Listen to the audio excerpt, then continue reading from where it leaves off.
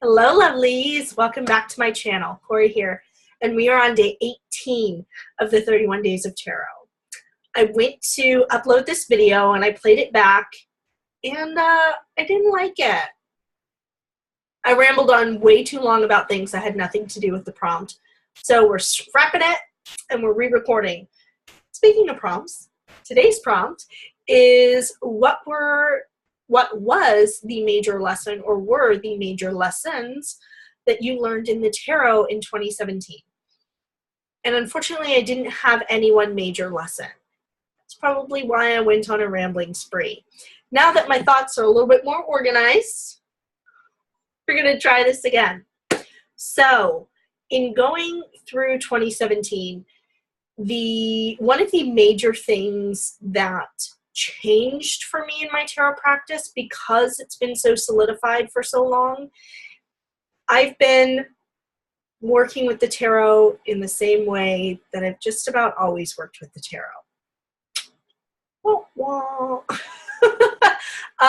Everything became routine.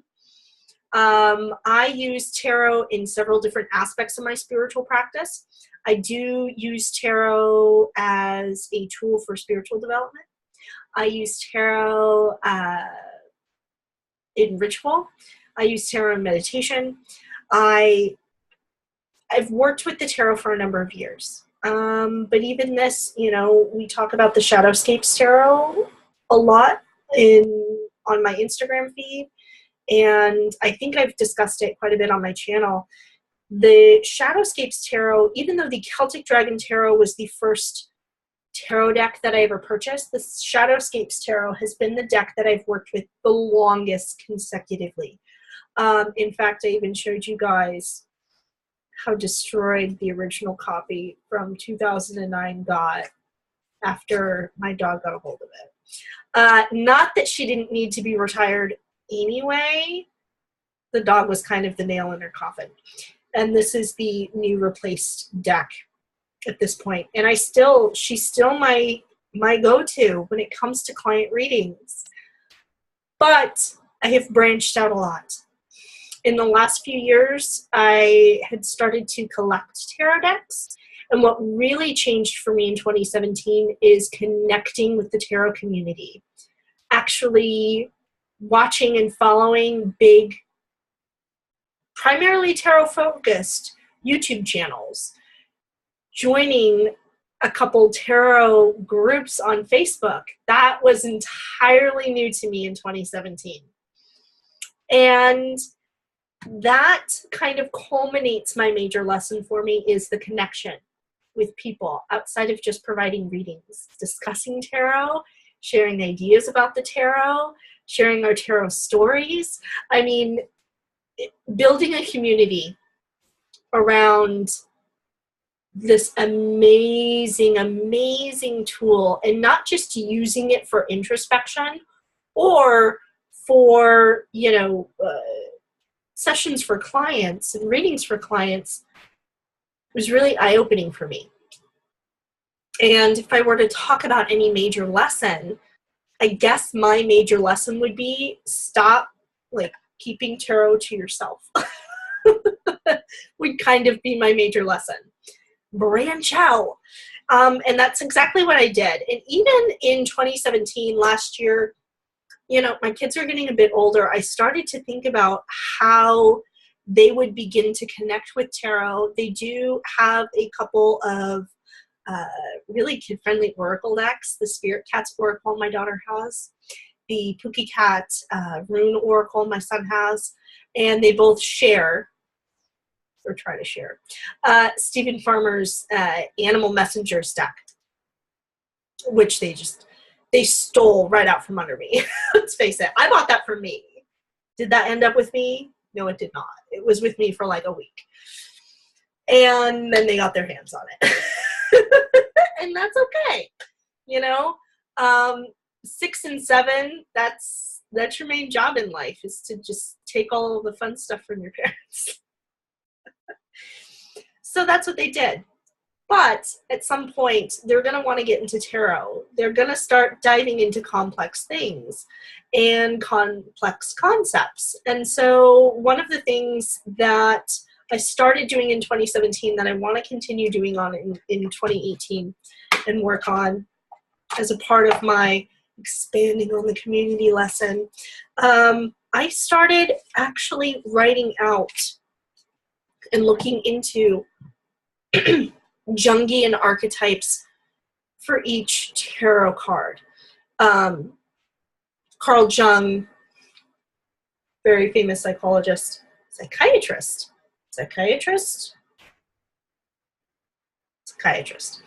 and you know, going through his personality archetypes and their associations with each of the tarot cards, and then looking into astrological and planetary correspondences, numerological correspondences, all sorts of elemental correspondences, additional layers that really make each of these cards even more multifaceted than they already are. Layering each of those in. I already work with the elements of each of the cards, but really breaking that down on like a whole other level, really diving into what are the tiny idiosyncrasies of each of the elements, you know, in correlating that to what's occurring in the card and the energy of that card. These multifaceted layers are something that I wanted to make sure that I wrote down as I'm going through them. I mentioned that I was going through the holistic tarot, which is just, it's amazing, but it is a course in tarot. So it's taking me a while to get through, especially since, you know, this is my passion, sharing with all of you guys, and even my sacred business. But I have a full-time day job. At least I love the people I work with. They make it all amazing all day, every day. But it is very analytical. In fact, I have that in the title. I'm a compliance analyst by day, tarot reader by night. And so writing down, I guess this is kind of, you know, something an analyst would do, wouldn't I? But writing on flashcards, you know, more details, not just the keywords, but like I said, the archetypes, the elements, numerology, astrology, planets, or even some like archangel references in here and associations. So just, you know, flashcards on notes, and then the actual card on the back. So I've started this. I have by no means gotten even halfway through, but it's another passion project for me, and something that I hope to be able to get a grasp on so that I can incorporate flashcards into the kids learning for tarot, because I think this is really going to be beneficial.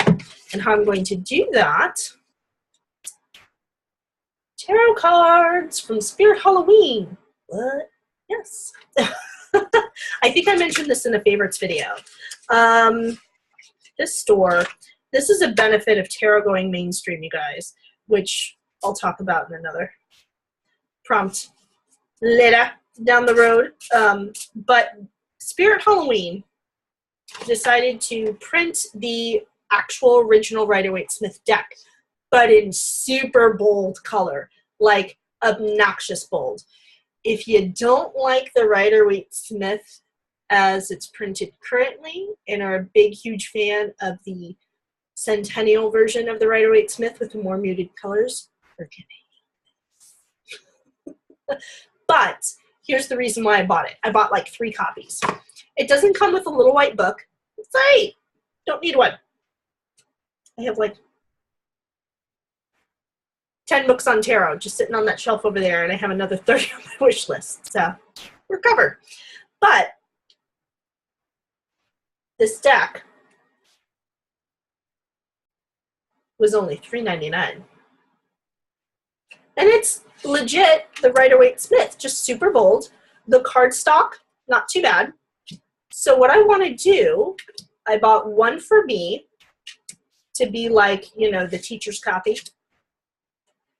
And then the 2 copies for the children, I want to start writing keywords of theirs on the backs of their cards so that as we start going through them, we can say, you know, major keywords. Okay, star, hope, the big one, right? And actually start going through and writing all of these keywords and then using them as a teaching tool. So I guess in addition to community,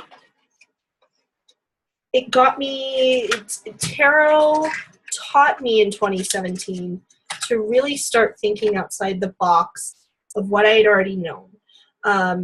Practicing tarot for a number of years, again, sometimes your practice can get stagnant. You stop really like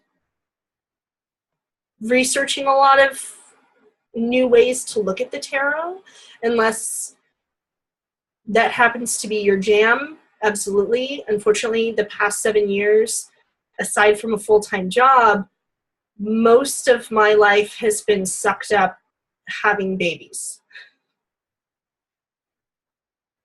I had my kids really close together, and then shortly thereafter, I acted as a gestational carrier for 2 other children. And I'm doing it for a 3rd time this year. So busy, busy, busy, but that I shouldn't use that as an excuse to stop learning. I guess probably is the second major lesson that I learned from tarot, is that don't neglect your practice. Don't forget to learn, that you're always learning. And that's the amazing thing about tarot. There is always something to learn about, even if it's just learning how somebody else does something. In case in point with me expanding into and actually becoming a part of and embracing this wonderful and amazing tarot community, without which I wouldn't even have known about this very challenge. So those were my 2 major lessons for the tarot. And again, I did ramble in this video too, but at least I circled back around to my point, which I didn't do the first time I recorded this. So major lessons. Tarot community, always a beautiful thing. Never stop learning. That's it, loves. I hope you'll share with me some of your major tarot lessons from 2017. And I hope that when we do this challenge next year, you'll have even more lessons for the community in order to share and, you know, speak out. I hope Ethany does this again in 2019, because these challenges are so fun. And yet another way to learn and embrace community at the same time. See how I did that? Major lesson for Cory in 2018. Don't record videos at 10 p.m. at night because you get a little squirrely. All right, guys. I've taken this to a whole new level. So I will catch you in tomorrow's video. And until then, blessed be.